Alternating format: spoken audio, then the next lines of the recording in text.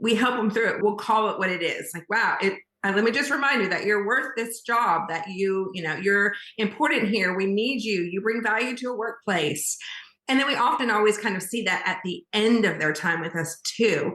And then we remind them that, no, you can go off to full-time work, and it doesn't have to have a broken relationship for you to leave. You can leave and it can be a really healthy relationship. So when you're dealing with women with trauma, you have to be very mindful, usually that the mood or whatever they're showing you that day doesn't have anything to do with you or the job. It has everything to do with the 10 and 20 years behind her. Welcome to Business with Purpose. I am your host, Molly Stillman, and this show is all about bringing you the stories behind the brands, the companies, and the small businesses that are changing the world.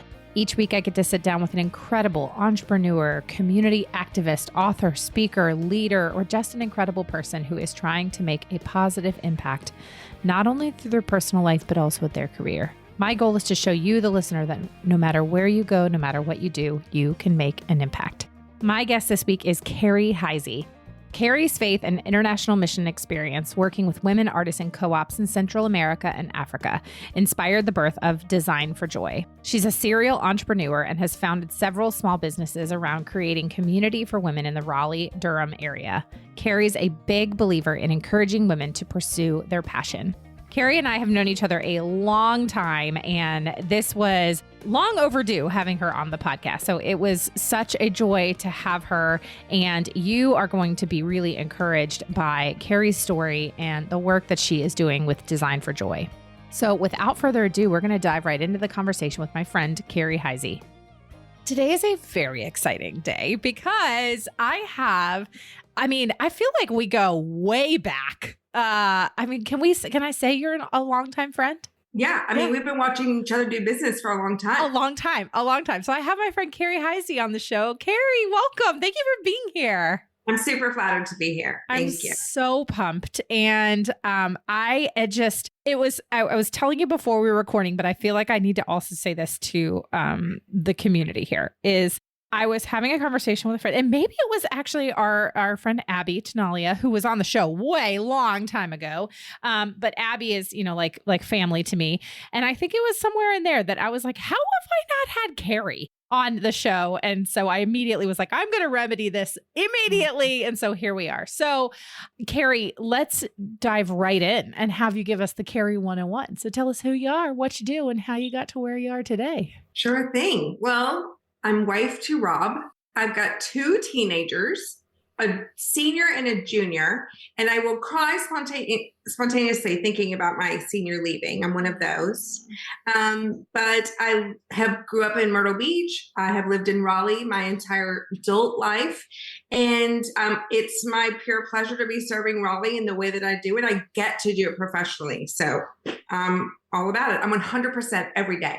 Okay. And so for people that don't know what you do, tell us about Design for Joy. So Design for Joy is transitional work for women who are in crisis. So we work closely with about 20 other nonprofits in our area and who are helping women emerge from trafficking, homelessness, time in prison, substance use, refugees, women who need maybe their first job experience, maybe fair chance work, maybe they don't speak English.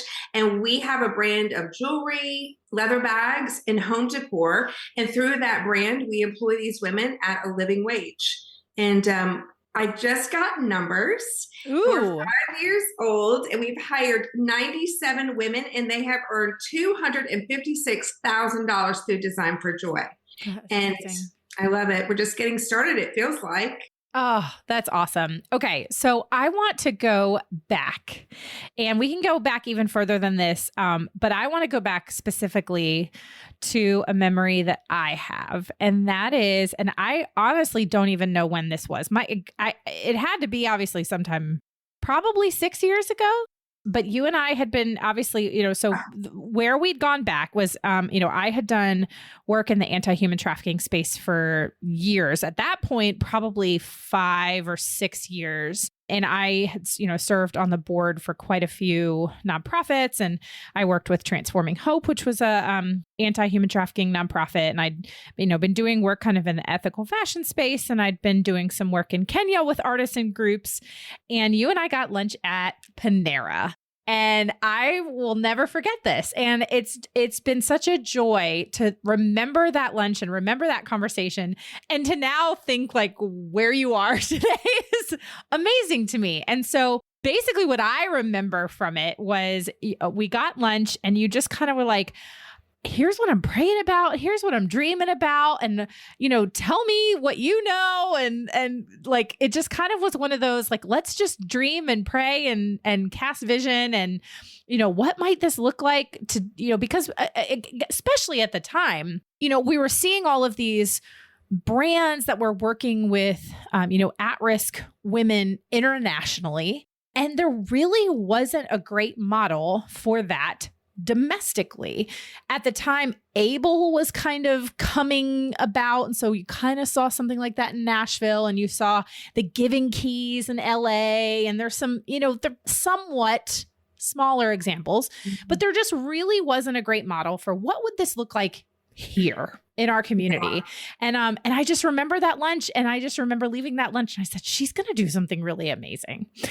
And then here we are. And so, I don't know. Do you remember this? Yeah, I do remember. And we were really talking about the nuts and bolts. Yes. We're like, do we pay by unit? Do we pay by hour? Like really nuts and bolts of it. But what leading up to that was serial entrepreneur. I owned 3 other small businesses, always around the idea of community, either encouraging women or families, and then also doing a lot of international work. And we were invited to artisan groups in Central America and in Rwanda and Uganda to encourage and inspire artisan groups, sewing groups, what have you. And we would always leave more inspired than we probably encouraged them. Right. And it was really just this marrying of those two things. Like, wait, it was one day I was like, wait, our women in Raleigh have the same vulnerabilities. Our women in Raleigh are at risk or already being exchanged. Like, let's just bring that same fair trade, living wage work model in our backyard. And in 2 months, we were a 501c3. In 2 months, we started hiring women after that decision was made. I remember. And yes, well, let's talk about that, about your, because I remember you even, you used that phrase, like I'm a serial entrepreneur. I always like, so let's go back a little bit further, even before that lunch, kind of what led up to that lunch and what life looked like for you in the entrepreneurship space, how you got into that, and then what really started to ignite a passion within you for working with communities that other people overlook. Oh, no, don't make me cry.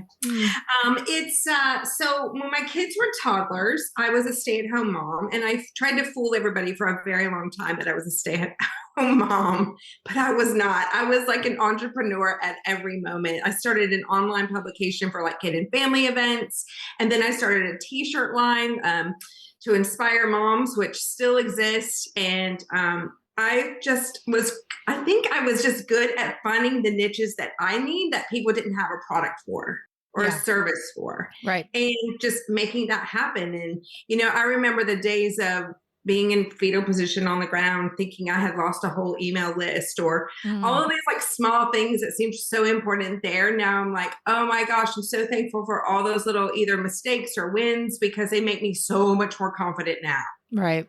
Yeah. Right. And so you were starting businesses and you were kind of trying your hand at a lot of different things.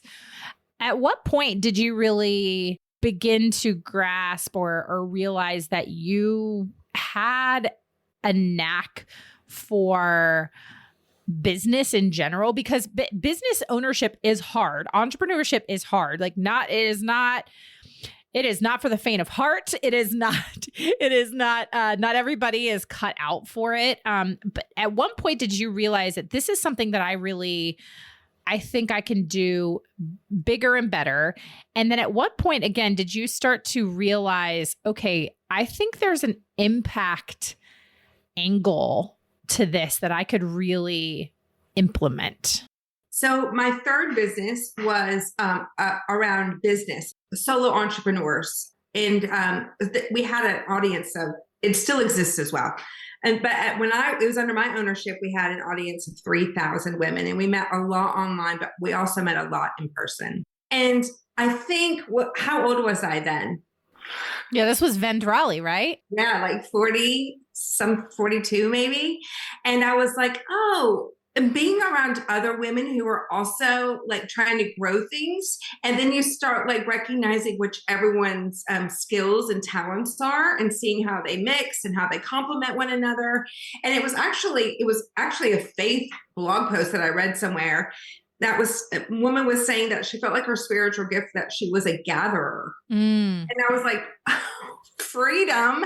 That is totally me, because I don't feel like the teacher or the preacher or even like the smartest business person in the room. But what I can do is bring people around a cause, or I can get people excited about stuff. And I think there's a lot to be said about women in their 30s and 40s, like really owning what makes them different and making that work. Right. And I'm also really great at delegating. And I'm great at bringing people in who compliment me. Mm. So we had a volunteer at Design for Joy once, and she was laughing about a technical issue. And I would not have been laughing. I would have been stressed out and annoyed by the whole thing.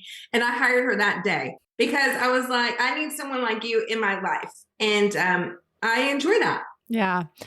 Okay. So I remember that because Raleigh is how I guess we initially got connected, and maybe it was through Abby. I don't know. It was one of those, avenues. And so we have this lunch at Panera. You realize, okay, I think we can do this here in the Raleigh area.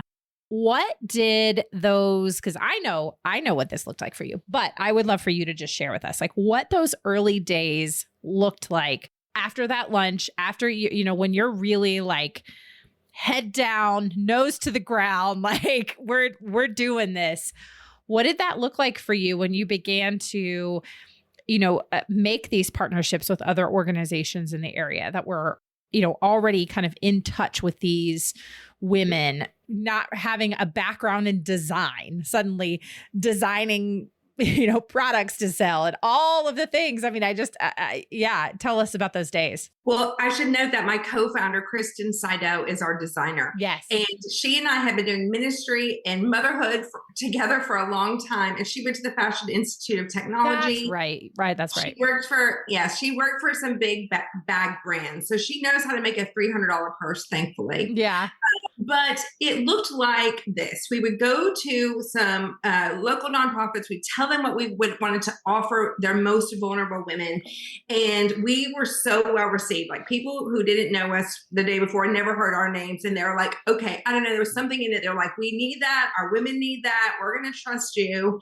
And so they were willing to do that. And I tell you what, having already started three businesses, this was a nonprofit. Right. And I went into this nonprofit world thinking I knew everything there was to know. I had a mission statement, I had our vision, I had our board, I had our values, I knew what the margins were going to be, all of that. So for 2 months, it was great. And then 2 months, I cried because it was such a learning curve. Right. Like it was just so, I think it was Jerry Seinfeld once who said like, pain is like all of this unknown information coming at you at one time. Mm. And I feel like those were my 2 months after the first 2 months, was just like all of this information like coming in at me and thinking, oh my gosh, this is bigger. This is more than I thought. I have more preparation and planning to do. I mean, we did well, but personally, professionally, I had a lot of growing to do. Yeah. Yeah. And you're right. The nonprofit world is a huge learning curve for so many people. And there's so many things that you don't think about, and so many things that, like ducks that you have to have in a row. And it's just like, I hear from so many entrepreneurs in the nonprofit space that they're like, I have ducks. They are not in a row, and they are currently nowhere near water. Like it's just like a constant, that is funny. It's like this constant juggling of resources. Well, what you were saying earlier about that meeting in Panera, like I often say like this, and growing your own business or building your own nonprofit, it must be what an artist feels like. Mm. If I am a sculptor or if I'm a painter and I have this thing in me and I have to birth it, like I think that's a lot like what it looks like for an entrepreneur or a nonprofit. You could see all the pieces, you know who to put in the right pieces, you know what you have to offer, and you know the risk, and you know it's worth it. Right. That's how I think of it. So Tell us about some of those early, and you obviously you don't need to give names or specifics, but just some of those early women that you worked with that when you kind of realized this is exactly what we're supposed to be doing. Yeah. It was probably our second year. And leading up to that year, it had been women who were a little older, 30s, 40s, 50s, maybe. And then we found we had this partnership with an anti-trafficking org downtown, and we were getting referrals for women who were much younger. And there was just something about that, maybe like that mama bear in me or something. But I mean, literally, we would have pimps hanging outside of our door. And I just couldn't, like in that season, I just remember thinking, I can't get enough. I want to know all the dark places in our town. I want to be physically in those spaces so I know what we're dealing with here. And they just inspired me and encouraged me and gave me a lot of courage just to find out more. And what did it look like for these women when they're being invited into a space and into a position of ownership and of leadership, and they're developing skills? And again, like I kind of alluded to at the beginning, is, they're a part of a group that people tend to overlook, or people tend to, to discard or push off to the side. And you're saying, no, we see you, we value you. And not only do we want to come alongside you and help you in this season and support you in this season, where acknowledging that this is just a season, a piece of a transitional period. And that's, I think, an important thing to also talk about is most of the women that you work with this is a transitional time for them. This is a transitional season. This is not like a long-term, 30-year career for them. What was that like for them to be invited into that space where they could really begin to thrive? Well, the first day or two is really fun, and it's pretty, and people are nice to them, and they get to eat a warm meal and all of that. And then what usually happens is some self-sabotage because they think, oh, wait, this is too good. Wait till they know what I really did. Wait till, it's just this whole like messy, gooky thing. But we help them through it. We'll call it what it is. Like, wow, let me just remind you that you're worth this job, that you're important here. We need you. You bring value to a workplace. And then we often always kind of see that at the end of their time with us too. And then we remind them that, no, you can go off to full-time work, and it doesn't have to have a broken relationship for you to leave. You can leave and it can be a really healthy relationship. So when you're dealing with women with trauma, you have to be very mindful, usually that the mood or the whatever they're showing you that day doesn't have anything to do with you or the job. It has everything to do with the 10 and 20 years behind her. What were some of the things that kind of surprised you early on in those days, especially, or maybe were just a little bit harder to work through in those early days, especially when you are working with women who come from backgrounds that are challenging and are working through trauma. And so you've got all these, balls that you're kind of juggling and trying to support and encourage them. And also you're dealing with like the logistics of running a nonprofit. And you're also, working with these partnerships, and you're trying to provide or create a product that's going to sell so that you can earn money to pay them. I mean, like talk about some of those challenges. Yeah. So I will compliment all of our partners. So we do not have a case manager on staff. That's definitely something that we want for Design for Joy. We just don't have the budget for it right now. Maybe next year is the year. But we rely heavily on those partnerships. So in the pie of help, we are the piece that's the vocational resource. Right. So we're going to be her employer, and we're going to represent what her next employer is going to look like. That's like the daily job training that we do, reminding her, like, if you're late, your next employer would not find that acceptable. Quality control, like all of these things. So we rely heavily on our case managers that have referred that woman to us. So while we want to represent her employer, we know that they have a case manager that is helping them get their kids back, get housing, whatever it is that they're working with their parole officer, whatever it is, that we know that she has someone else behind her. So, because we cannot do it all. We cannot, and we wouldn't do it well if we were trying to do it all. Right. Was that something that you had implemented from the beginning, or was that something that you kind of learned along the way? Yeah. No, we did. And you know what? I bet that was some of Abby's advice. Really? Yeah. She's so smart. Yeah, she really is. I still call on her today for like nonprofit, just fresh eyes. Yeah. And when Abby is happy, it makes me so happy. I know. But I think that speaks to the importance of realizing, and I know that you always talk about it, or you kind of mentioned, you're a gatherer, you're somebody who's really passionate about community and doing things in community, and the importance of that in this line of work. And why we do what we do and how we cannot do it alone. And I think both on the entrepreneurial side, but then also for the women that you work with. You asked me earlier, but the question went in a different direction than I thought it might go. But one thing that was really interesting to me, that we start with devotion and prayer in the mornings, and you do not have to be a believer in Christ to work with us or to volunteer with us, but that's where we received our inspiration. Yeah. But around our tables, as we gather in the morning, many are Muslim women. Some are not believers at all. It just creates a safe place for sharing. What was interesting to me early on is that it's usually not our women who are crying at devotion and prayer time. It's usually our volunteers. Because aren't we all like going through stuff? Like we all know what it's abandonment. We all know substance use. We all know divorce. We all know all of these things. Yeah. And we all go through trauma on some level or another. And so it's very healthy too for our women to be able to see a woman who looks like she has her life together to share that she's also struggling in her marriage, or she's also struggling with her teenager or whatever, or with anxiety. It actually builds a lot of confidence in everyone in the room and trust. Because we hear from our women who come in like, wow, I'm learning to trust women again.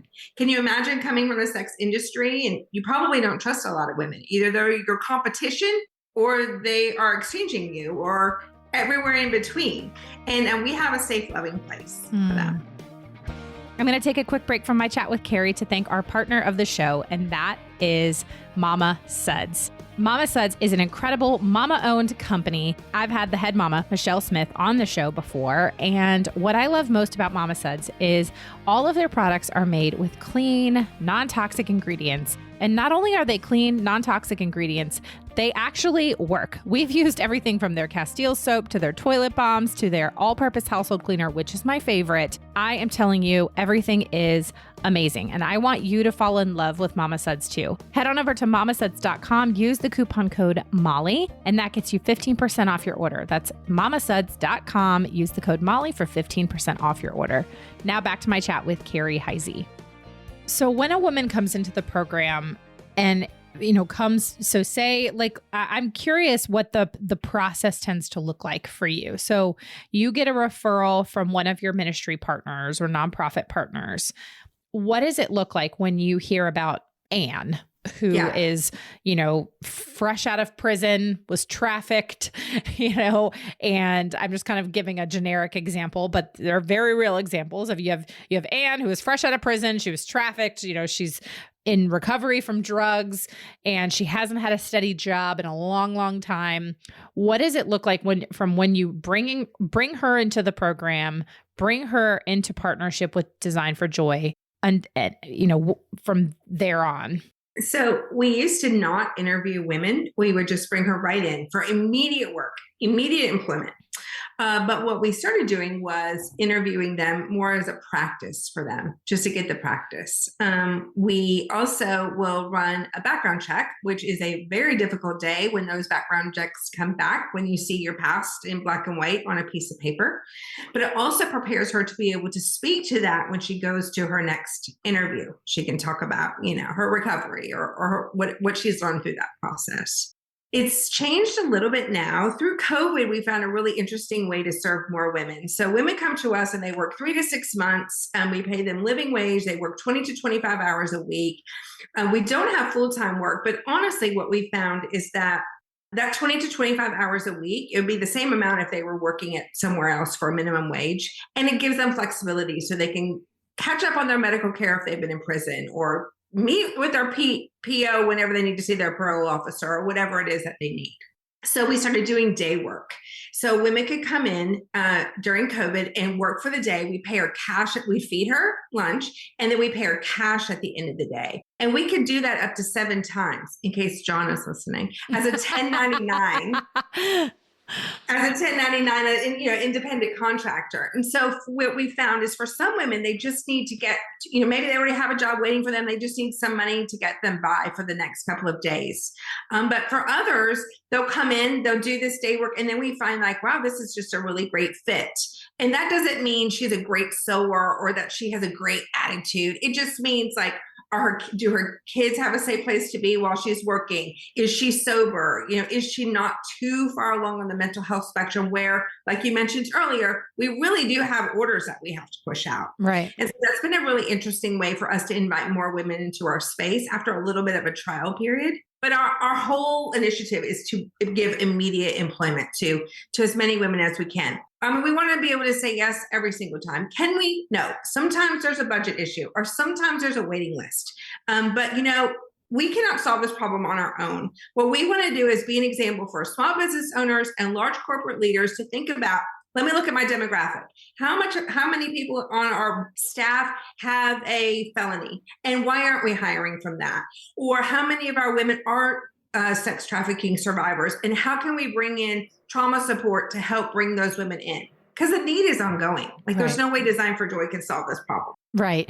It's a drop in the bucket, but what's amazing is that you're making a difference, because those women that you work with that, that are able to transition into into their next career, or it really has a ripple effect long term, and their children are able to see what their mom, is accomplishing. And Molly, there was a woman last Christmas. We had a woman who had been in the sex industry, not by choice. And she was getting nervous about having enough gifts for Christmas. And she was literally considering turning some tricks, because she's like, Cary, it's great that I can make $15 an hour, but I used to make $200 in 30 minutes. And we all know it's easy to fall back to really unhealthy lifestyles, right? But we reminded her, look, this is your worth. Like, you can bring your children to your workspace here. You can be proud of what you're doing. You could show off what you're doing to them. And just teaching her that, it takes some time, but you want to be a contributing, a community member. You want to have a job that you can be proud of, that you can build on, and that you can find respect in yourself, but also people can find respect in you. Anyway, that's just really interesting. Like, having to remind people that there's options and they don't have to do that. And they can have, even if you're making less money, it's a life that's worth investing in. Like, that's what you want. Yeah. Oh yeah. I have seen that in many of the organizations that I've worked with, where you have women that it's a fight, and we could really get into the spiritual aspect of it, because it is a fight against dark enemy forces, and whether people want to admit that or understand that or not, it is. And, some of the women that I've worked with over the years in different organizations have faced those same struggles where, yes, their life is, getting cleaned up, and they're doing dignified work, and they're not falling into old patterns. But then times come when they're just faced with unimaginable choices, and they're like, yes, well, I'm making a living wage over here, but I can go back to my old lifestyle, and I can turn some tricks, and I can make 7 times as much money. But it's the trade-off that they're making. And it is for many women, it is often a choice that they're having to make because they cannot put food on their table, or they cannot pay their rent. That is the thing. So like for the women who come in for our day work, who aren't in the 3-month program yet, they are getting a hotel room for the night. Like one time it was snowing and a woman came in and she got a hotel room for the night and brought all of her female friends into her hotel room. She kept everyone safe that night, or basic needs, or just food, medicine.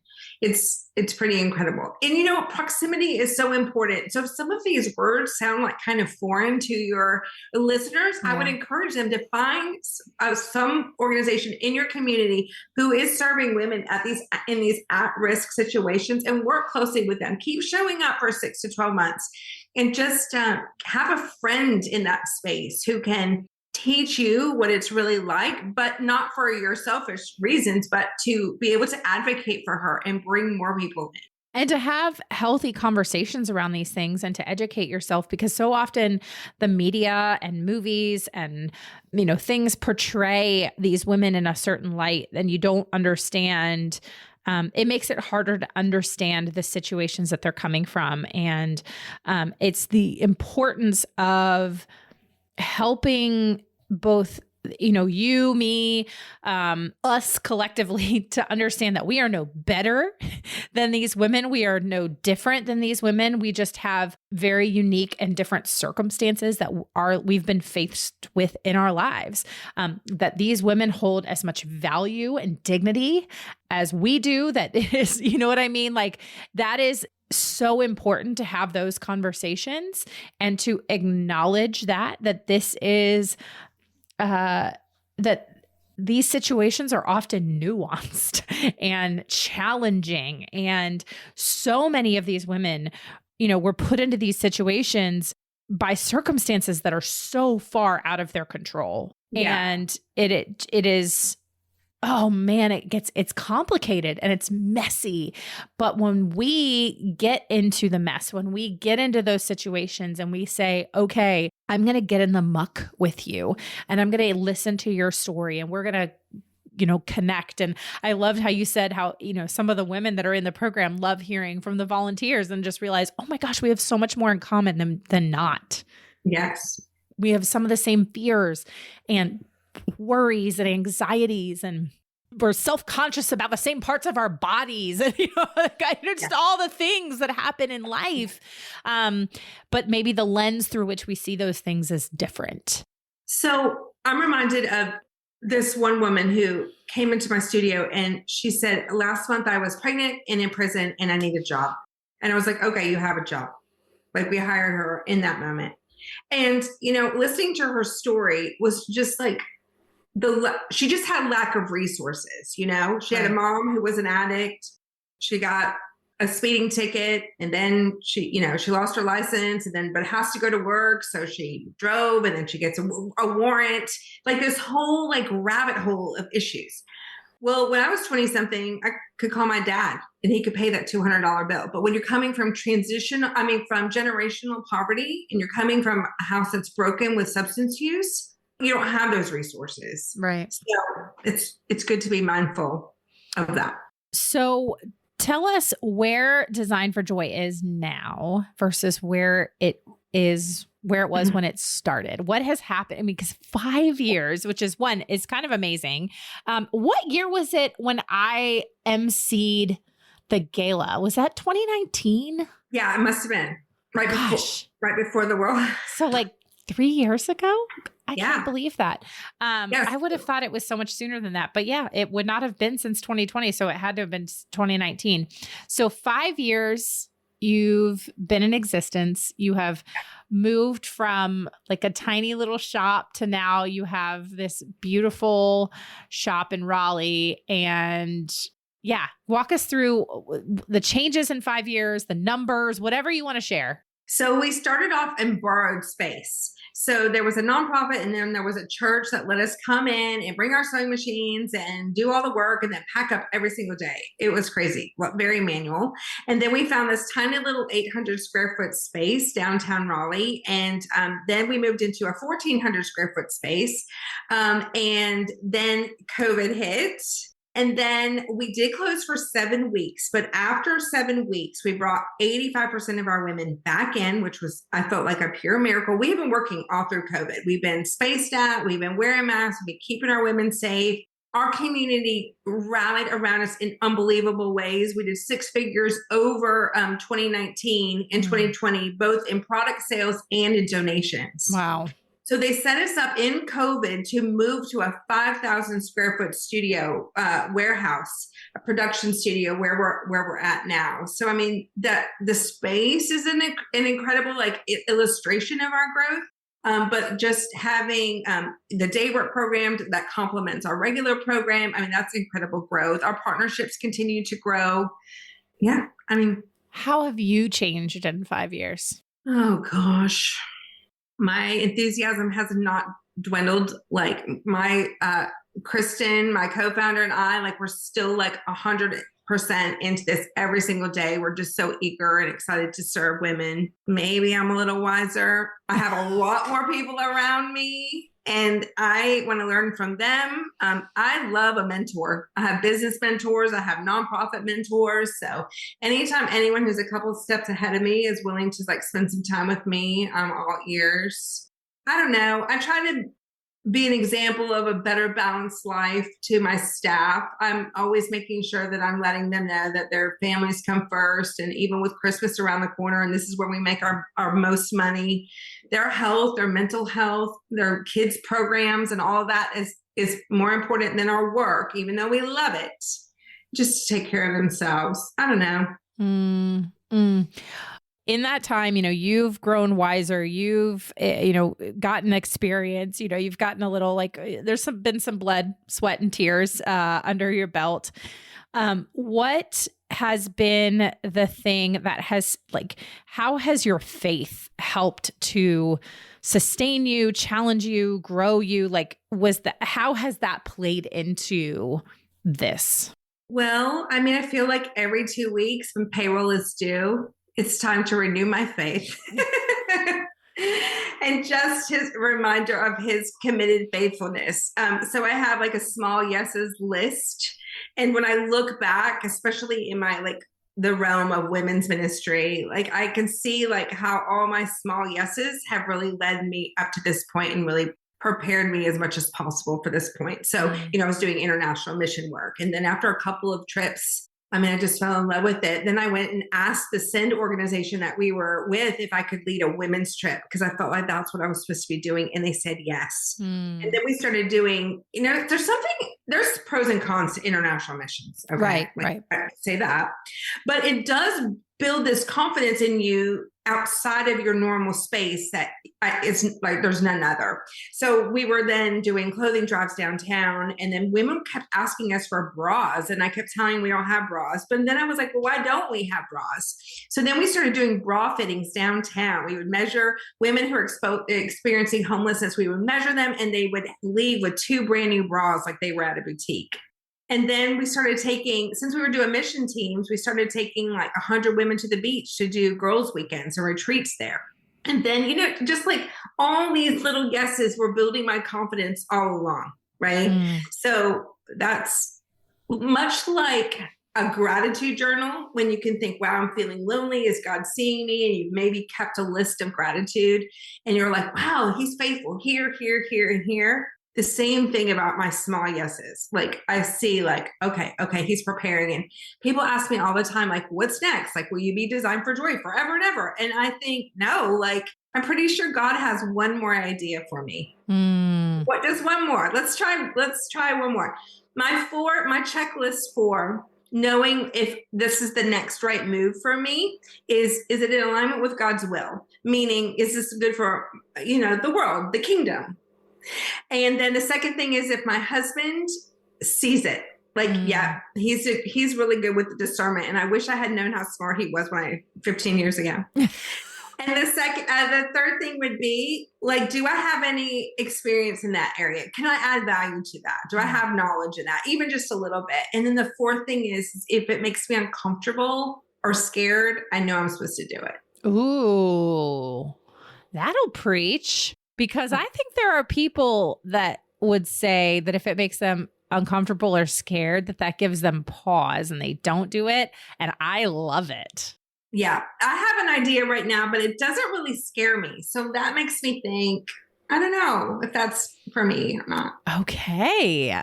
Cary, that'll preach. That'll preach. I love it. I love it. Okay. Well, so before we're starting to run out of time, but before we do, and we get to the get to know you round, talk to me, you don't have to tell me what your ideas are, but like what's on the horizon for Design for Joy? How can people best support Design for Joy right now, especially like if they're local versus if they're not local and they want to shop the beautiful products or whatever? Tell us all the things. Yeah. Well, I should tell you one quick story of a specific woman named Lisa. She came to us and she was actually in her late 50s, and she had lived a life of isolation for 10 years in a trafficking situation locally. And she came to us referred to by a restoration organization. And when she came to work for us, she was kind of prickly. But you can imagine that if you've never been in a workplace before in a decade, that you're going to be a little prickly. Right. But she just grew so much with us. And she left us for full-time work in construction. And it wasn't too long ago when she came back to the studio. And that's always amazing when women that we serve come back to either donate or buy or to volunteer. But she came by and she brought a puppy. She has a brand new puppy. And the thing is, not that she had a dog, but that she would have security and stability and resources to care and love for something other than herself. Like that was the beauty of it. Oh, that's so awesome. I love it. So Design for Joy, I mean, we're definitely in a sweet spot. Like we feel like the way that we're serving women is going really well. We get very positive feedback from our partners as well. We say that we have like a 90% success rate. And that doesn't mean that every woman goes off to full-time work, but she's definitely more stable than she was when she came through Design for Joy. Our wholesale business is booming. We go to market in Atlanta, so we see a lot of growth there. We see a lot of growth in our retail. Grants are catching on. So, I mean, I feel like we're really, in many ways, just getting started. In the way that everyone can help, you can certainly shop. This episode is going to be shared Thanksgiving week. So Giving Tuesday is going to be right around the corner. If you give $30 a month to Design for Joy, that covers 1 hour of pay and an hour's worth of materials for that job. So if we had several, people helping with that, that's money that we can rely on as like a subscription form. And if you're local, you can volunteer. And if you're not local, we can ship you some products and you could do a porch party with your friends. Oh, I love it. I love it. Well, Cary, like I said, it has been an absolute joy, no pun intended, to watch you grow and evolve over the last 5+ years. And it's funny, this November, I was remembering that 5 years ago, like shortly right after you started, we even held the Root Collective 5-year birthday party at your little 800 square foot space in Raleigh. So it was like you had just started, but then Root Collective was celebrating 5 years. And I just think that's so fun. I mean, and they buy from us for their Christmas gifts. Yes. Too. So, I mean, it's such a great relationship. It's no joke when we say that we are in a community that is very, is collaborating and they're not competition. On the nonprofit side and on the ethical business side, like so many friends are pushing each other through whatever they're going through. Yeah. So good. Well, for everybody listening, I will have Design for Joy's details in the show notes so you can shop till your heart's content and to your heart's content. And we're heading into the holiday season, and I am always advocating for shopping small businesses, shopping ethically, supporting incredible brands that are doing it well. And not only are the products, obviously make an impact, but they're beautiful and amazing. And the bags are beautiful. The jewelry's beautiful. The home decor is to die for. I want literally all of it. And John Stillman, my financial advisor husband, is like, you're going to need to slow your roll there. Okay, Cary, now is the portion of the show where we ask just some fun get to know you questions. It feels stressful to me. No, don't be stressed. Don't be stressed. It's going to be really great. Okay. First question is, what is something that was particularly memorable or impactful in the past year? I mean, right away, I think about my teenagers. They're like in this crazy season, they're like dating and driving and applying for college. And I get to be a part of it. Oh, I love that. I love that. I am a few years behind you, but man, yeah. It's bittersweet when you see your kiddos growing up. Okay. What is something that I would never guess about you? I skied the Alps. Oh, that's fun. When did you do that? A long time ago. I can't ski at all. It's horrible. It's my least favorite thing to do. But you casually skied the Alps. I have skied the Alps and lived to tell about it. Hey. I'm not saying I enjoyed it, but I didn't. So when I was in high school, we went, some friends, I don't know if it was a field trip. I honestly don't remember if it was a field trip. I would have to like fact check this with a couple people that I know were on it. If it was a field trip or if it was just like a group from my high school went, you know what I mean? But there was like a bunch of us from my high school. We'd gone to Snowshoe, West Virginia. Yeah. And we went on this ski/snowboard trip. And there was this guy that I like had a thing for, and he was really good at skiing. And I am not good at skiing. And I had, but I was like trying to, be like, yeah, I'm good at skiing. Anyway, I just kind of like mindlessly followed this guy up a ski lift. And I did not know that once you're up there, you have to ski down. You cannot ride the ski lift down. Turns out the ski lift took us up to this like triple black diamond run. Marble. And here I am who doesn't know how to ski. And so like the guy I had this crush on just looks back and is like, all right, we'll see ya. And he goes skiing down this triple black diamond. And then I basically had to like scream/cry/scoot down this massive mountain. It was not my finest moment. I have cried on many snow hills before. Well, it was either that or I tell you that I kissed Darius Rucker once. Wait, I'm sorry. Wait, okay. Dropping that bomb and then walking away. You kissed Darius Rucker? I did do that. That's usually a drinking story, but hey, I mean, can I know the details of this story? It sounds a lot better than it was. I'm sure he doesn't remember it all. Hey, I can't say that I've kissed Darius Rucker. Now, was this like country version Darius Rucker or was this Hootie? Oh, Hootie. Hootie Darius Rucker. Yeah. All right, Cary. All right, you got a little bit of cool points over there for you. I mean, not that you weren't already really cool, but that's just like takes you to another level. What do your children think about the fact that you've kissed Darius Rucker? I don't want to hear about any of that. They don't think I'm cool at all. Oh, I love it. Okay. If you had to eat the same meal for dinner every night for the rest of your life, calories don't count, what would it be? Chips and salsa. And I think I do that every night. Yeah. Chips and Yeah, I'm down. Okay. Not a dinner. Okay. What is a dream that you have yet to achieve? Well, my big dream is to retire back in Myrtle Beach with my husband. And that's his dream too. And so that's what we're working hard for. I love it. Okay. And then my last question is the question I ask all my guests. And that is, Cary, what does it mean to you to run a business with purpose? I mean, I'm betting my whole life on it. All my feelings, all my finances, everything's at risk. My pride, my reputation, my family works hard on it too. And that's what it means to me. Literally everything. Thank you for being here, friend. I'm so glad that you were here, and thanks for sharing your heart with us. Thanks. I love Cary so much, and I love the work that she does with Design for Joy. She really, really is somebody who puts her actions where her mouth is. She is absolutely incredible. Be sure to check out and shop and support Design for Joy this holiday season. I would love to know what you loved about this episode, or if there was something that you learned. Please let me know on social media.